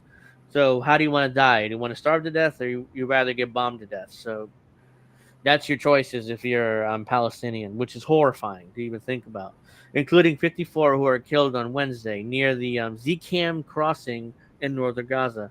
The Israeli military admitted to firing on a crowd in the area, but claimed it wasn't aware of any casualties. So yeah, we fired into that area, but we didn't kill anybody, right? We didn't know. Like, come on. The Palestinian news agency WAFA reported that 15 Palestinians were killed and 65 were injured on Thursday when Israeli forces targeted civilians near an aid distribution site in central Gaza. Medical sources told Al Jazeera that at least 23 Palestinians were killed while attempting to get aid on Thursday. There's been dead bodies there, blah, blah. The health ministry. It's just so funny how MTG is to the left of Bernie and AOC on Gaza. It's just like, what the fuck have we turned into? Yeah. I mean, she's been talking about it over and over again. And meanwhile, AOC, as far as I know, said very little, and Bernie keeps running his mouth about how Israel has the right to defend itself. The health ministry said that since the U.S.-backed Gaza Humanitarian Foundation began operating at the end of May, at least 1,330 aid seekers have been killed and 8,800 have been injured. Despite Palestinians who are starving due to Israeli siege have been fighting over aid trucks and pallets of aid that have been dropped from the sky. Islam El-Talbini, a displaced woman from Jabalia, told the Associated Press that she was carrying a sack of flour and a bottle of cooking oil when she was attacked and had to give them up. I went and my children prayed that I returned food. They haven't eaten or drinking anything for 2 days, she said. Oh my God. I mean, we in the West, like, we really take for granted what we have. I mean, honestly, all she had was flour and oil, and people stole that from her, so you can have that to feed her children. Israel has taken some steps to allow slightly more aid into Gaza due to international pressure, but aid groups said that it's not nearly enough to avert further catastrophe and are calling for all restrictions to be lifted in an immediate ceasefire. Motorcycles. Gaza Health Ministry reported dozens of starvation deaths in recent weeks. Israeli airstrikes and shellings also continue to pound targets across the Strip on Thursday. According to WAFA, at least 5 Palestinians were killed when an Israeli drone targeted a tent in southern Gaza. So Again, what was... it's so like frustrating that, you know, the Jews were involved in the Holocaust in Germany, Nazi Germany, and now Israel is doing the Holocaust now. It's just where the Israelis are, the Zionists, let's be fair, are doing it. You know, I don't want to lump in all Israelis and all Jews in that. It's not fair. It's the Zionists that are doing it. Yeah. Israeli, at least 5. What were those 5 Palestinians doing? What would they would have done? What, are they planning to attack Israel? So you had to murder them? You had no evidence for that. I guess, you know, they must have thrown rocks or I mean, there's a group of 2 Palestinians or more, we have to murder them because we never know what they're planning. The health ministry said that the latest violence has brought the overall death toll since October 7, 2023 to 60,249, and number of wounded at 147,089. Studies have found the ministry's numbers are likely a significant undercount. That's what I think too. That's way undercounted. I'm sure there's more than 60,000 deaths since October 7th. They pretty much destroyed Gaza. Yeah, and Bernie, he's been doing the undercount too. You know. This is an incredible undercount. Like, really? Only 100,000 people have died? Yeah. There's got to be a lot more. Yeah. Let's see here. What else do I have for you guys? So apparently, during SmackDown, John Cena said that the old John Cena is back. So, okay, that's interesting. That's interesting to see what it leads to this on Sunday. So that match is on Sunday. That's why I said that. MDA is interesting. MDA issues $151 billion draft proposal to spearhead the Golden Dome Homeland Shield project. By the way, this is not happening. It's unfeasible. It's ridiculous. But they're gonna. This is a way to take money from the U.S. taxpayer and put it in defense contractors' pockets, and then all of a sudden they'll turn around and say, "Well, it's not feasible, Mr. President. We keep all the money now. Thank you." It's like, "Oh well, what can you do?" That's what Trump's gonna say. Let's see. The U.S. Missile Defense Agency has published a pre-solicitation paper for the Scalable Home Initiative Enterprise Layered Defense Shield program. advancing the Trump administration's Golden Dome air and missile defense concept. According to the notice, the agency seeks to procure a system capable of monitoring and neutralizing threats to the U.S. homeland, deployed forces, and partner nations. Once activated, investment for the initiative expected to run up to $151 billion, with associated works having a 10-year base period and optional ordering phases. Multiple contracts are expected to be awarded for individual task deliveries covering research development, prototyping, systems engineering, weapons modeling, productions, fielding, testing, evaluation, cybersecurity, and modernization. Jesus. MDA noted that the SHIELD contract vehicle is designed to support a long-term plan that enables rapid tasking while incorporating digital engineering, AI, and machine learning, as well as open systems architecture, maintenance solution, and an agile acquisition process. The contract will support national defense objectives, providing continuous layered protections against air, missile, space, cyber, and hybrid threats originating from any vector, including ballistic, hypersonic, and cruise missiles, the MDA said. In May 2025, President Donald Trump unveiled a nationwide missile defense plan dubbed the Golden Dome, which is just as ridiculous as Star Wars, and Reagan proposed it back in the 80s. Modeled after Israel's Iron Dome air missile defense system, which doesn't work. Remember how many times that Iranian missiles got through Iron Dome? Yeah. And somehow, what we're going to do? Let's bring it to the U.S., but in a more ridiculous way, which probably it's not even feasible to build. But yeah, let's just do that. This a miserable failure Iron Dome. Let's just do that and make it more ridiculous. The weapon is designed to protect against ballistic, hypersonic, and cruise missiles, as well as drones. Washington announced $25 billion initial funding and stated the system could eventually cost up to $175 billion and could be operational within 3 years. It'll cost that, but it will not be operational within 3 years. If it is, then I'm going to have to eat my hat or something, because that's ridiculous. That's a ridiculous timeline. The Golden Dome will rely on a constellation of advanced satellites and sensors to detect, track, and intercept threats. To support related development, L3 Harris completed a $125 million expansion of a space manufacturing facility in Fort Wayne, Indiana. The plan has drawn sharp criticism from North Korea, Russia, and China, who call it a destabilizing move that could escalate the militarization of space.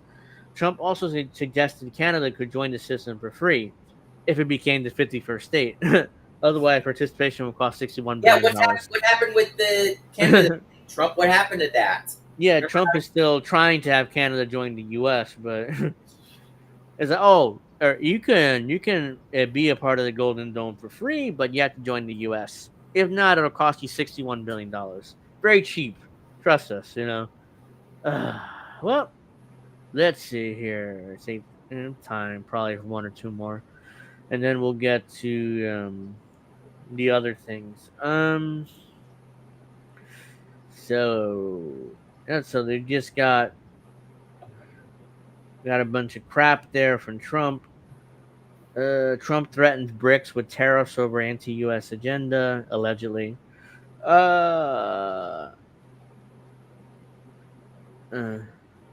Really? They're still trying to push this two-state solution. Look at this shit. Let's see. Global push for Palestinian statehood renews debate over two-state solution. Jeez. Yeah, like the Palestinians want to join the country that bombed them into oblivion. Not going to happen. A growing number of countries are announcing plans to recognize a Palestinian state, has stirred once again a debate over a two-state solution to end the Israeli-Palestinian conflict. An independent Palestinian state living on peace side by side with Israel is the only way to end the decades-long conflict and ongoing Israel-Hamas war. A two-state solution conference was held in New York. This is the idea of bringing peace throughout the establishment of a Palestinian state alongside Israel and territory Israel captured in the 1967 Six-Day War that has long faced obstacles which have only grown over time. These include increasing Jewish settlements in the occupied West Bank, primarily issues including borders, the fate of Palestinian refugees, and the status of Jerusalem. Again, a two-state solution is not going to happen because Israel never agreed to it, and the U.S. never agreed to it, and it's just this virtue signaling. This two-state solution proposed by the Oslo Accords was born out of a series of historical events after the fall of the Ottoman Empire. Jews seeking a refuge from the European anti-Semitism and claiming biblical ties to the land. The local Arab population both claimed the right to self-determination in historical Palestine. When the conflict broke out between the two groups, the UN proposed partitioning the territory into separate Jewish and Arab states. Jerusalem remained under international control, according to the proposition. Jewish leaders accepted the plan, which gave them 56% of the land. The Arab League rejected it. I just want to interrupt for a second. It's now 6-0 Yankees. And also, I know I shouldn't mention it, but Marlins don't have a hit right now. We'll see if that keeps up. Yeah. On May 14, 1948, Israel declared independence. The next day, 5 Arab nations launched an attack with forces from Egypt, Jordan, Iraq, Syria, and Lebanon. By the end of the war, Israel took control of 77% of the territory. The war until today is remembered as the Nakba, meaning catastrophe, because of the mass displacement of Palestinians and many becoming refugees in neighboring countries and Palestinian territories. Then in 1967 Six-Day War, Israel seized the West Bank, including East Jerusalem from Jordan and Gaza from Egypt. Today, 3.5 million Palestinians live as refugees in the region. 5.5 million resides in territories occupied by Israel since 1967, and 2 million are Israeli citizens. Despite recognition from 147 member states, Palestine is not a full UN member, leaving most Palestinians without recognized statehood. What would the two-state solution look like? Advocates of the two-state solution propose establishing a Palestinian state comprising the Gaza Strip and the West Bank, connected by a land corridor running through Israel. About 20 years ago, former Israeli and Palestinian negotiators outlined a detailed plan known as the Geneva Accord. The proposal included mutual recognition of the West Jerusalem's Jewish areas as Israel's capital and East Jerusalem's Arab areas with the capital of Palestine. As a capital of Palestine. It also envisioned a demilitarized Palestinian state. So this is the proposal initially, looks like. Under the plan, Israel will formally annex major settlement blocks while exchanging other land. Israeli settlers living in the areas designated as part of the future Palestinian state would be relocated. Blah, blah, blah. What does recognizing independent state mean? Recognition of the state is only symbolic, but it sends a clear message about the international community standing on the Israeli-Palestinian conflict. The world recognizing Palestinian state would mean that the rising proportion of international community wants to see commitment to national future for the Palestinians. And that even is Israel's closest allies believe that it's more in Israel's own interest than a future war of all sides.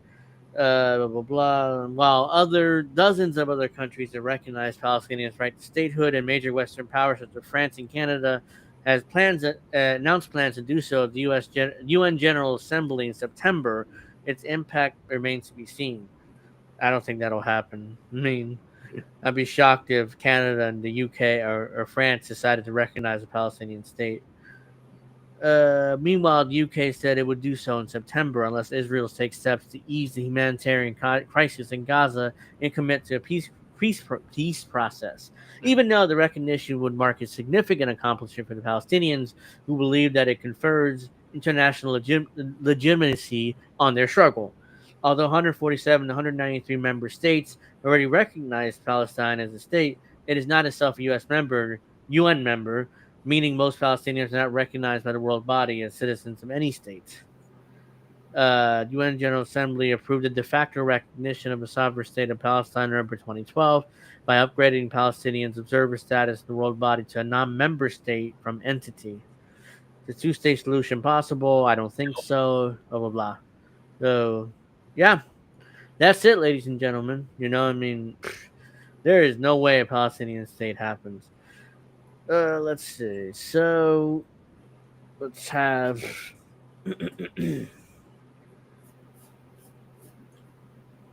God, I'm losing my voice here, so just bear with me 1 second. Let's see. So, I'm just going... So, this is 8 years ago, by the way. Deanna Tororiki asked Bernie Sanders whether he support a democratic one-state solution where Palestinians and Jews shared equal rights. Bernie Sanders rejected that idea because he wanted Israel to be a Jewish state. So this is 8 years ago when he ran for president, and no, it was after his first term. Okay, this is after his first run. It's increasingly evident that hopes for a two-state solution are almost dead. At the same time, polls among Palestinians in the occupied West Bank and Gaza are showing that they're increasingly in favor of a one-state solution with equal rights for Israelis and Palestinians alike and equal citizenship. Is that something you believe could happen, or is that something you support? No, I don't. I mean, I think if that happens, then that would be the end of the state of Israel. And I support Israel's right to exist. Do you think a two-state solution is still viable? Yes, I think if there is the political will to make it happen, and if there is good faith on both sides, I do think it's possible. And I think there has not been good faith, certainly on this Israeli government. And I have my doubts about parts of the Palestinian leadership as well. It's increasing. So there you go. I have my doubts about some of the Palestinian leadership. So I think you brought this up a few times, but let's go here. Marjorie Taylor Greene, it's a genocide in Gaza. Bernie Sanders. Genocide's a legal term, you know? Doesn't mean... should probably play the clip and for those who may not know what the legal term he was mentioning. Yeah, I mean, that's... what's her name? The CNN woman. Yeah. Let's see here. Here we go. This is from, you guys don't know what we're referring to here. This is from Caitlin Collins from her show. So let's. Well, Caitlin Collins kind of even like called him out. Are you at the point yet where you would call what's happening in Gaza? This is like really low though. You can use whatever word you want. But Marjorie Taylor Greene is saying that she's got to go there. I'm sorry.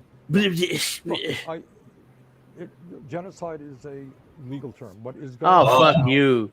Genocide is a legal term. It's like, it's not real. No, it's legal. Legal mumbo jumbo, legalese. It doesn't matter. It's a legal term. It's not real. It's not happening right now. Bullshit. Clearly, is absolutely horrific. 60,000 people dead. Earl says YouTube won't let me say F Bernie. But the important point is not what you call it. They're trying to censor us. And I think let me go back a little bit because I talked over it. Horrific. 60,000 people dead and 140,000. I can't make it any higher though. So. But the important point is not what you call it. It is horror. And I think the whole world knows that. The answer is, what the hell do we do about it? Should the United States taxpayer, should your taxpayer dollars go to support a government that is doing it? That is the most important issue. So immediately, you got to get ceasefire, you got to get humanitarian aid in, but the United States cannot continue to aid and abet the Netanyahu government doing what it's doing. Do you want to see United States personnel on the ground? I fucking hate it when he does that. Aid? I mean, what is he talks out of both sides of his mouth. The United Nations has done. No, the hand gestures. Yeah, that too, but he's talking out of both sides of his mouth. He's saying, well, we shouldn't support the Netanyahu government, but, Israel's right to defend itself. And, genocide is a legal term. It's legalese, mumbo jumbo, only lawyers know what genocide means. Like, I don't agree on genocide, but Yeah. So that's, let's see here. Just remember, Bernie was supposed to be our hero, our leader. He was supposed to shake at one point, yeah. Nope, it was all a lie. At one point, we all believed that. I mean, nearly anybody in the space, at one point believed in Bernie Sanders. I mean, I believe Tulsi Gabbard. Yeah. Of course. Yeah. So this is more virtue signaling from our Bernie Sanders. He puts out this video. Tony Aguilar is a retired Special Forces Green Beret who won a Purple Heart for his service to this country. He took a contract helping to distribute aid in Gaza. There he witnessed atrocities committed by using American taxpayer dollars. Please watch this important video. He doesn't say genocide, by the way. Look at all this. He just says atrocities committed by the Israeli government. So I'm not going to watch all 7 minutes of this, but we'll check out the beginning. The distribution method, the delivery of aid, is not being done in line with American values. 20 Palestinians were killed while trying to get to food aid distribution sites. My name is Tony Aguilar. I'm a retired Lieutenant Colonel Green Beret from service in the United States Army. I served for a career of 25 years. I've deployed to Iraq, Afghanistan, in combat operations and numerous other operational deployments. So I spent a considerable amount of time in Gaza during my 45 days in Israel. I was under a contract by UG Solutions, which is the security apparatus under the Gaza Humanitarian Foundation. I felt it was a noble cause. I felt it was a good mission to feed the people of Gaza. So I did sign up and go on the contract. The IDF gave us, SRS, UG, they gave us our marching orders.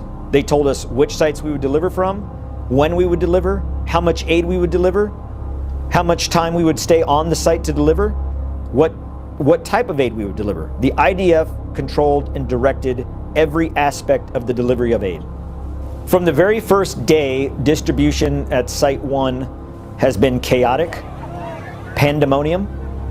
The best way that I can describe how the Palestinians reach the site to receive aid is akin to the Hunger Games. Which is a good comparison. I mean, if you win, you get to eat. If you don't, sorry, you gotta go hungry. Survival of the fittest. Whomever can run the fastest and the furthest to get to the site first gets the aid. So those that are typically left with receiving no aid, no food, no type of aid are children, women, disabled. The sites themselves and Earl says Bernie is Gilliam from Snowpiercer. Sorry.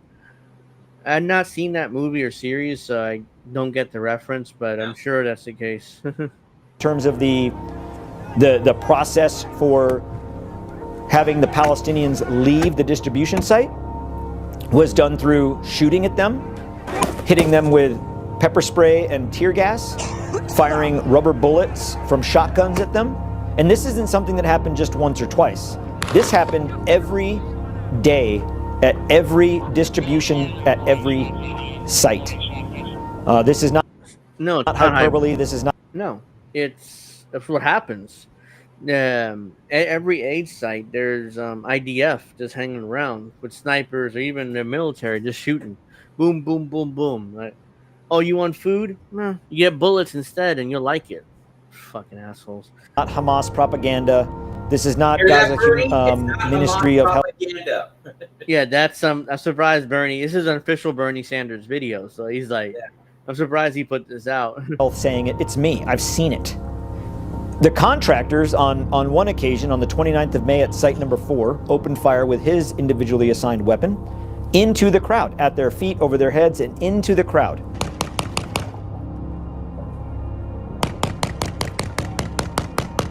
As he did this, he celebrated what he was doing and he yelled, "Woohoo!"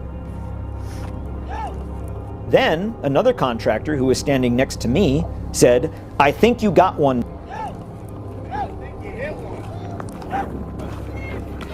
The contractor that was shooting then replied, "Hell yeah, boy." Hell yeah, boy, I got a raghead.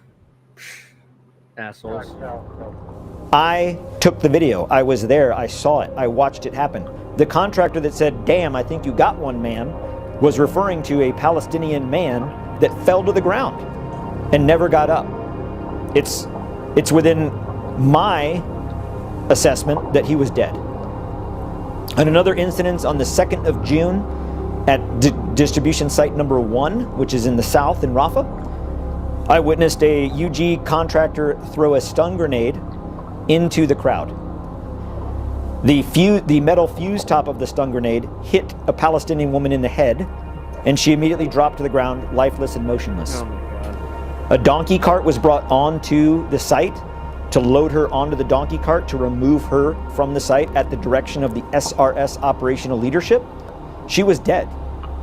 This happened on the site. On the 28th of May, we submitted a report to the leadership of UGS and Safe Reach Solutions that site number 3 in particular was dangerous and that people would die if changes were not made. Those changes were not made. And on the 16th, of course, because that's the intention. They want Palestinians dead, and I'm sure Witchy would say that a lot louder than I would. of July, 20 people died. I can already hear her 20 screaming. Palestinians were killed Wednesday morning at its food distribution site in Khan Yunis. Palestinians, human beings, trampled to death on a site that we could have prevented. Those deaths are on us as Americans. We're complicit in that. In the dozens of distributions that I was a part of at every site, not one time ever did I feel a threat, assess a threat, see a threat, never saw a weapon, never saw a gun. The fire, the actual small arms fire that we received on the locations at times came from the IDF in our location. The entire city of Rafah has been razed to the ground, so there is no civilian population around the sites. They have to travel 8 to 12 kilometers one way. Well, we get the point. This is brutal. I want to see. Wait. Go back. I want to see the replies. See if they're calling out Bernie still. Oh, hold on. Let me get.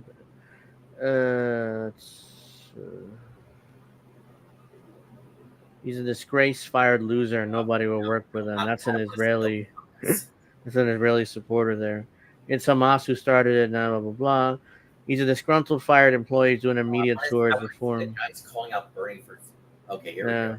This is somebody posted a Caitlin Johnstone thing. Marjorie Taylor Greene called it a genocide for Bernie Sanders. Marjorie Taylor Greene called it a genocide for Bernie Sanders. Yeah, she just repeats it over. Yeah, I mean, it's true.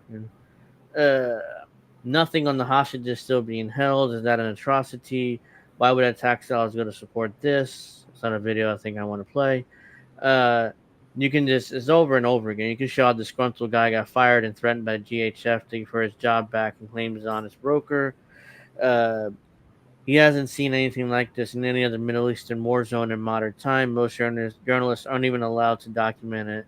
He went on Tucker Carlson too. Tucker Carlson is more into it than Bernie. Yeah, he went on Tucker Carlson's show to discuss what he saw at Gaza.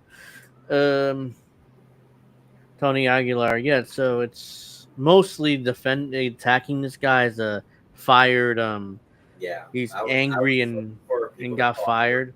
I support you, Bernie, but this man is a disgruntled employee, and so is his testimony. He's not going to be accurate. Blah blah blah. So you get the point. They are like some of them calling out Bernie, but a lot of them seems like kind of like saying, "Oh, well, he's disgruntled." Anyways, before we go, I wanted to Jackson posted this. Trump on the Epstein files. I want to release everything. I just don't want people to get hurt. So now he's backpedaling. So, I want to release everything. Whoops. Trust me. So let's some Newsmax. It'll play. I have to reload it. Hold on. I didn't want to play this. Well, I think my internet's now having issues because it won't play this. Let me try doing this one more time. Let's see. No, that probably won't play for some reason. But now all of a sudden he's saying that he wants to release the Epstein files. I just don't want people to get hurt. What does that mean? Is he worried about his friends? Is he worried about himself? Is he worried about... I don't know what he's worried about. I want to release the Epstein files, but I don't want to release the Epstein files. He goes back. He talks out of both sides of his mouth, depending of who's interviewing him. If the person talking to him wants the Epstein file released, he'll go like, I want to release everything. If somebody, if there's some other media members, like, I don't want to release any of it. Like, it depends who he's talking to at that moment. True Seeker says, I thought there were no files. He says, dudes on the list. Let's see. Transparency. What? What the fuck? Fair enough. To err is human, but forgiveness the key to higher level humanity, as far as I can see. It's like, come on, dude. First he blows it off. Now he wants it. Maxwell has to sit down with Bondi before the announcement. Here he is on the Epstein flight logs. The jet has a bedroom in the back. So let's see. Points of River. It was all a hoax. It was started by the Clintons, the Bidens, the Obamas. Yeah. I don't see Trump's name on this. I mean, this is a bunch of gibberish to me. Yeah, I don't see Trump's name on this, even though he claims that Trump's on the Epstein fight logs. But looks like it's a bunch of initials. Unless, let's see, it's DJT, Down John Trump. Looks like there's initials. Oh, here. I see. If you look on the right side, if you look at the date where it says 17. Move where it says 17 to the left. Oh. Go up.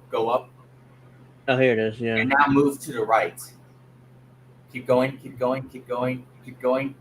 See where it says Trump right there? Oh. Okay. Okay. Yes. Yeah. It says Trump. So yeah, he's on the flight log. So he's definitely on at least one flight. All right. Well, yeah. To be fair, he's on the list. Release everything. This is what we voted for. Transparency. A lot of the MAGA right really wants these files released, but Trump is like just talking out of both sides of his mouth here. Classic Trump move, sounding transparent while keeping the suspense alive. Release it all, let the truth speak for itself. He flip-flops every 5 minutes on this. Exactly. I think one reason for the delay is to give people time to get their affairs in order. Maybe it'll affect a lot of people in their lives and families, so have a huge ripple effect. Yeah, I don't think he cares about that. I just think he's trying to protect either Epstein being a part of Mossad or himself or his rich buddies. Like, I don't know. That's more likely. Looking forward to the announcement of release date. It's not happening. Yeah, it's not happening. Can you believe him? Oh my God, they keep getting fooled. Yeah. Earl says Israel's a virus. I 100% agree. Translation: I want to leak the tea, but not if it spills on my homies. He's trying to protect his friends. That's what he's saying. Elite pedos should be punished. I'm sure Witchy would agree, and I agree too. Nobody would get hurt. Yeah, so there you go. Trump is now claiming that he wants to release. Oh, here we go. Yeah. And I would assume that was why he was there. I want to release everything. I just don't want people to get hurt. You can't have people associated. First of all, the files were run by some very bad people and very sick people like Comey. And, very bad, very sick Lisa, people. The whole group, all those people in that office, they ran those files for 4 years. Shut the fuck up! They knew they used the files. Yeah, they used it before my election. Because unless they're stupid, which to a certain extent they are stupid. You're saying they would have released the information. Well, they had the files. They control the files. Yes. I didn't control the files. They control the files. Wait, for did he 4 say years. he don't control the files? He's the president. They control the files. They control the files for 4 years. So if they had something, they would have released it before the election. Oh, he's talking about the Biden administration. They had the files for 4 years. If they had something, they would have released it. So why don't you release it and show? Yeah, I didn't do anything. I mean, it's, but why don't you release it then? So if they had something, they would have released it before the election, because they are not geniuses, but they're evil. Right. There are a lot of evil. Right. Newsmax reporters. Oh yeah, you're right. Always right, Mr. President. I'm not even going to challenge you on that. So, yeah. So we're gonna wrap up there. Remember when I said it was 6-0 Yankees? Well, it's now 6-4. Well, it's only a matter of time before the Yankees stumble and fall flat on their faces. Hopefully, they can win this game, and stop the bleeding. But yeah. For some reason, Carlos Rodon melted down in the fifth. Shit. Witchy DM'd me saying there might be storms in the area, which is what's causing our internet outages. But that's the thing with internet, though. They shouldn't, we're the United States of America, and you're telling me that we can't have consistent internet access? Because it happens to me. As soon as the storm here, my internet goes out. That's why I'm like, oh shit, I hope I can do the show because it's going to rain. Yeah. Or my electric's going to go out. We can't have good infrastructure in this country. Our infrastructure in the 1950s, and everything is computers and AIs and stuff like that. We need updated infrastructure. But, whatever money spent on infrastructure is usually wasted by multiple, people. So, yeah, I don't know how we're going to update our infrastructure for the 1950s. Vince McMahon's evil mustache says, I have never seen any of these people. Trump can't shut his fucking mouth. Yeah, true.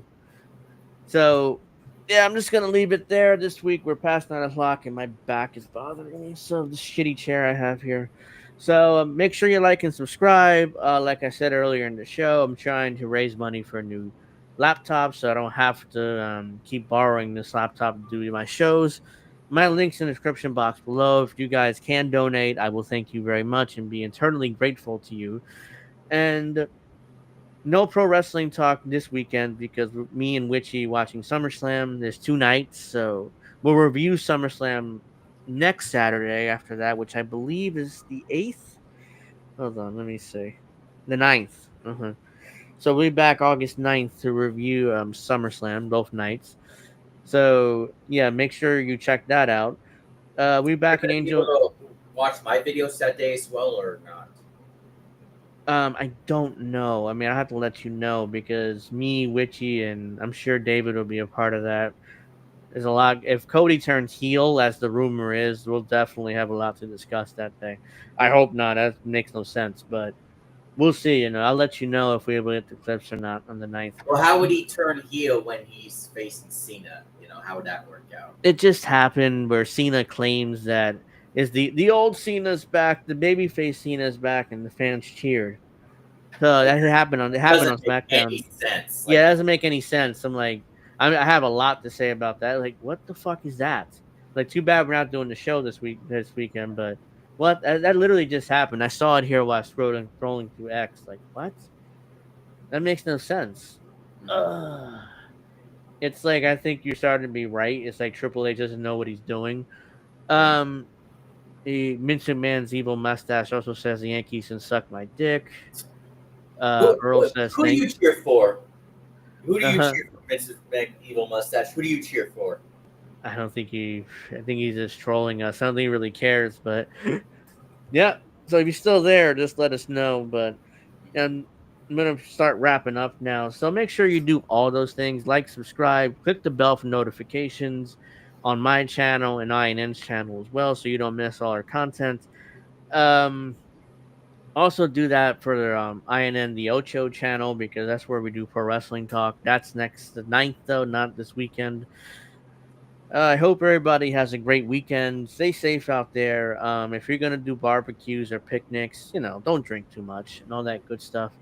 Hope everybody has a great weekend, and I'll see you guys next Friday for Angel in the Afternoon.